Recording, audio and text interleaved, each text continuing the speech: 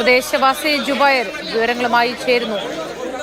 ജുബൈർ, താങ്കളും ഈ പ്രതിഷേധത്തിൽ നാട്ടുകാരുടെ ഒപ്പമുള്ള ആളാണെന്ന് മനസ്സിലാക്കുന്നു. നിരന്തരമായി ഇത്തരത്തിൽ വന്യജീവികൾ അവിടെ ഇറങ്ങി ആക്രമണം നടത്തുന്നത് പതിവായിരിക്കുന്നു എന്നാണ് നാട്ടുകാർ അഭിപ്രായപ്പെടുന്നത്. ഈ ഘട്ടത്തിൽ മൃതദേഹം വിട്ടു നൽകാൻ കടുവയെ വെടിവെക്കുമെന്നുള്ള ഉത്തരവ് കിട്ടിയതിനു ശേഷം മാത്രമേ അത് സാധിക്കൂ എന്നാണ് പ്രദേശവാസികൾ പറയുന്നത്. താങ്കൾക്ക് എന്താണ് പറയാനുള്ളത്? ഈ പ്രദേശത്ത് ഇടക്ക് കടുവ വന്നു പോവുകയും ആളുകൾ മനുഷ്യരെ ആക്രമിച്ചിട്ടില്ല എന്ന് മാത്രമേ ഉള്ളൂ. വളർത്തുമൃഗങ്ങളൊക്കെ പിടിച്ചു കൊല്ലുകയും തിന്നുകയൊക്കെ ചെയ്തിട്ടുണ്ട്.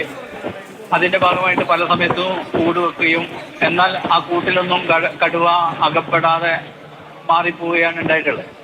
ഇപ്പോ അതൊരു മനുഷ്യനെ ആക്രമിച്ച് അവരെ സ്വന്തം പറമ്പിൽ കാപ്പി പറിക്കുന്ന സ്ഥലത്ത് അവരെ ആക്രമിച്ച് കൊല്ലപ്പെട്ടിട്ടുണ്ട്. അപ്പോൾ ഇപ്പോൾ ഗവൺമെന്റ് നിലവിൽ തീരുമാനം എടുത്തത് മന്ത്രി ഇപ്പോൾ പ്രഖ്യാപിച്ചിട്ടുള്ള കടുവനെ വെടിവെച്ച് പിടിക്കുന്നതാണ്. അടിയന്തരമായിട്ട് അതിനുള്ള നടപടി ഈ ഉദ്യോഗസ്ഥരുടെ ഭാഗത്തുനിന്ന് ഉണ്ടാവണമെന്നാണ് അതുമായിട്ട് ബന്ധപ്പെട്ട് പറയാനുള്ളത്. അത് പിന്നെ കൂട് വെച്ച് പിടിക്കാൻ കാത്തു നിൽക്കാതെ വെടിവെച്ച് പിടിക്കാൻ തന്നെയുള്ള ഒരു സംവിധാനം ഒരുക്കുന്നതായിരിക്കും. പ്രദേശവാസികളെ ആശങ്ക അകറ്റാനും അതായിരിക്കും നല്ലത്.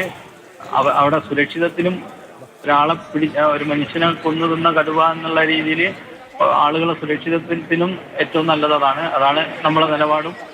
അങ്ങനെ അടിയന്തരമായിട്ട് മന്ത്രി അതിനെ ഉത്തരവിടാൻ പോലും അനുവദിക്കാതെ സ്ഥലത്ത് ബഹളം ഉണ്ടാക്കുകയാണെന്നാണ് നമ്മുടെ പ്രതിനിധി കമൽ പങ്കുവയ്ക്കുന്ന വിവരം. അങ്ങനെയെങ്കിൽ പോലും അതിനൊരു സാവകാശം വേണമല്ലോ. സ്വാഭാവികമായിട്ടൊരു നാട്ടില് ഉള്ളൊരു പ്രയാസം വരുമ്പോൾ ആളുകള് സ്വാഭാവികമായിട്ട് പറയും. അത് മന്ത്രിന്റെ അടുത്ത് വ്യക്തിപരമായിട്ടുള്ള വിദ്വേഷം കൊണ്ടോ അതല്ലെങ്കിൽ പ്രദേശവാസികൾക്ക് സംവിധാനത്തിനോടുള്ള എതിർപ്പ് കൊണ്ടോ ഒന്നല്ല.